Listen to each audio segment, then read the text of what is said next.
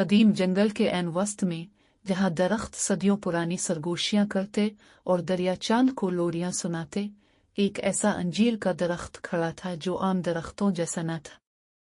इसकी देवकामत जुड़े जमीन में गहराई तक फैली हुई थी, जैसे किसी मुहाफिज के हाथ, और उसके घने सब्ज पतवे धूप में झिलमिलाते थे। गांव के लोग इसे गुमशुदा लोगों का मुहाफिज कहते थे, एक मुकद्दस हस्ती जो जादू और हिकमत से भरपूर थी।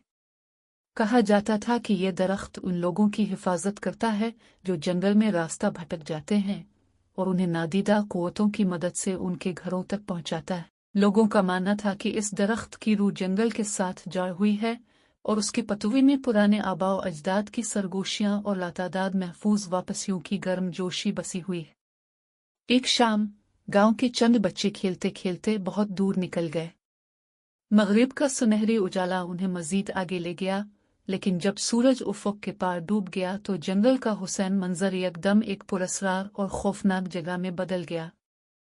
दरख्तों के साए अजीब शक्लें इख्तियार करने लगे, कहीं दूर जंगली जानवरों की आवाज़ें गूंजने लगे और एक गहरी धुंध ने ज़मीन को अपनी लपेट में लेना शुरू कर दिया।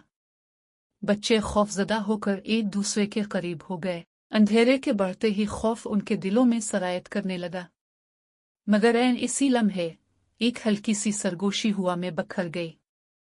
अंजीर का दरख्त जाग चुका था।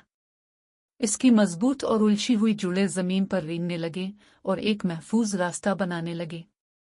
बच्चे हैरत से देखते रहे कि दरख्त के पतवे मध्यम सी रोशनी बखेरने लगे, जैसे चांदनी जमीन पर छन रही हो।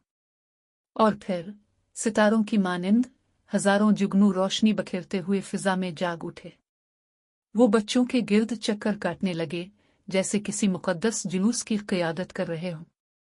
इनके पीछे चुलू हुआ में एक नर्म सी आवाज गूंजी। बच्चे एक दूसरे का हाथ थामे आगे बढ़ने लगे। उनके नाजुक कदम नरम जमीन पर पड़ते रहे और जुगनू रोशनी का रास्ता दिखाते रहे। जंगल जो कुछ लम्हे पहले खौफनाक महसूस हो रहा था, अब एक जादुई और मुकद्दस जगह बन चुका था। ऐसा लग रहा था जैसे दरख्त और जंगली हयात उन्हें देख रही हो, लेकिन उनकी हिफाजत भी कर रही हो। मगर खतरा अभी भी खत्म नहीं हुआ था। अंधेरे में छपी एक पुरस्रार कुव्वत, जो अंजीर के दरख्त की ताकत से जलती थी, अब हरकत में आ चुकी थी। जंगल में एक तेज सर्द हुआ चलने लगी और फिजा में एक गैर फितरी खामोशी छा गई। अचानक एक सियाह साया रास्ते में उभरा। उसकी आंखें अंधेरे में चमक रही थीं। बच्चे खौफ से साकित हो गए। ये मखलूक बेशक्ल थी, मगर फिर भी ऐसा लगता था जैसे ये किसी पुरानी लानत अब भूली बसवी बद्दुआ से बनी हो। अचानक एक खौफनाक गरजदार आवाज जंगल में गूंजी। अंजीर का दरख्त कांपने लगा। फिर पलक झपकते ही एक जोरदार सुनहरी रोशनी दरख्त के दिल से फूट निकली। जंगल हिलने लगा जैसे किसी कदीम जादुई ताकत ने इसे झंझोड़ दिया हो। दरख्त की जड़ों और शाखों में तवानाई की एक लहर दौड़ गई।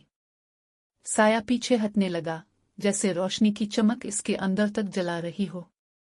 जमीन लरजने लगी और दरख्त की छतरी ने फैलकर बच्चों के गिर्द एक जादुई ढाल बना दी। बच्चे, जो पहले खौफजदा थे, अब एक नरमी और सुकून महसूस करने लगे।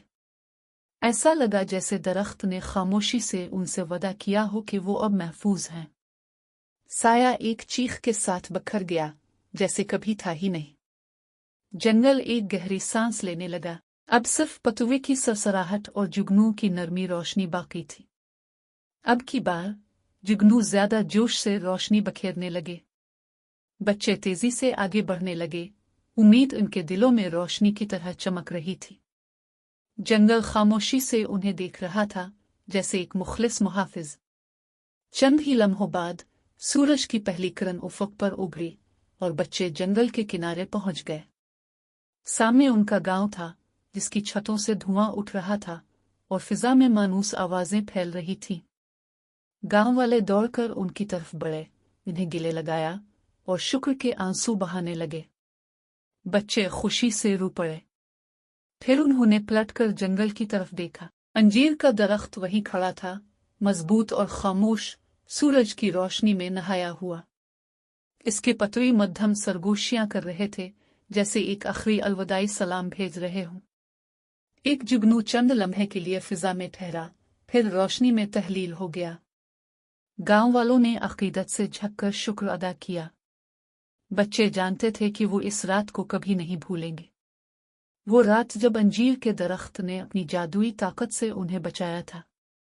और यूं ये कहानी नस्ल दर नस्ल चलती रही, क्योंकि हर अंधेरे में हमेशा एक रोशनी मौजूद होती है जो हमें घर का रास्ता दिखाती है।